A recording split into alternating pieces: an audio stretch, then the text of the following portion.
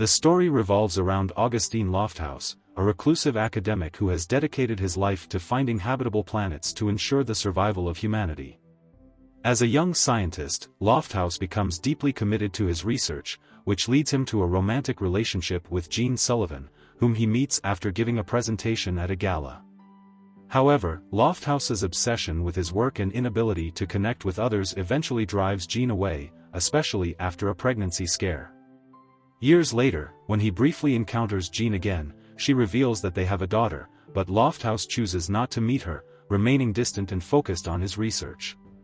30 years later, in 2049, a catastrophic event has wiped out most of Earth's population and left the planet's surface contaminated with deadly radiation. Lofthouse is now the sole inhabitant of a large Arctic base.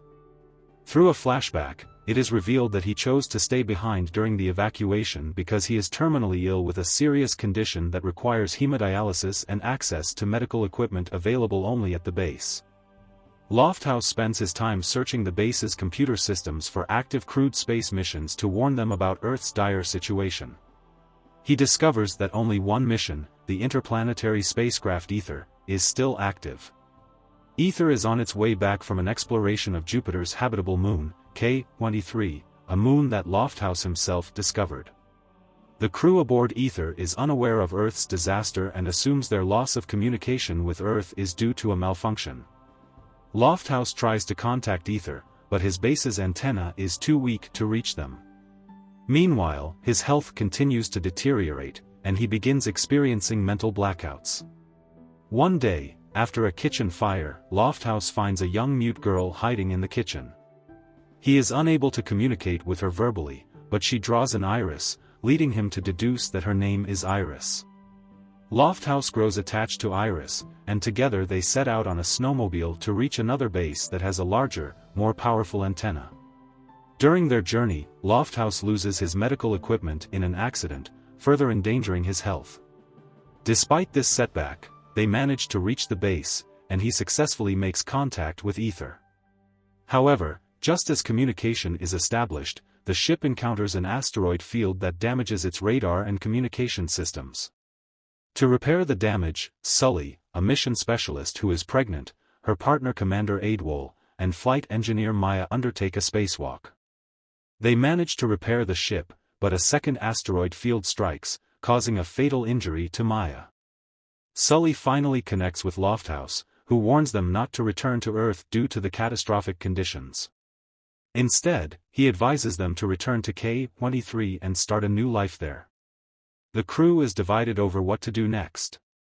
Ether's pilot, Tom Mitchell, initially refuses to turn back, but after hearing his wife's final words and realizing the extent of Earth's devastation, he understands the need to go back to Jupiter's moon. Despite this realization, he decides to return to Earth, using one of the ship's re-entry vehicles. Sanchez, another crew member who viewed Maya as a daughter, chooses to accompany him to bury her body on Earth. In their final communication, Sully reveals to Lofthouse that he was a significant reason she joined NASA. She also tells him that her mother, Jean Sullivan, had given her a moon rock from Lofthouse, and that her full name is Iris Sullivan. This revelation makes it clear to Lofthouse that the young girl he had been seeing was not real, but rather a hallucination or a manifestation of his desire to connect with his lost daughter. When Sully asks how Lofthouse ended up at the base from which he contacted Ether, he replies that he thought he might be able to help someone. This implies that he had followed Ether's mission not only because he discovered K-23, but also because it was his daughter Sully's mission.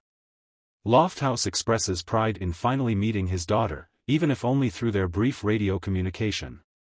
As Sully describes K-23 to him, Lofthouse's imagination transports him to the moon he discovered, and he falls silent, losing radio contact. Sully and Oyelowo have no choice but to return to K-23, following a course provided by Lofthouse, with hope for a new beginning. Thanks for tuning in. Remember to like, share, and subscribe. Join us next time for another exciting movie journey.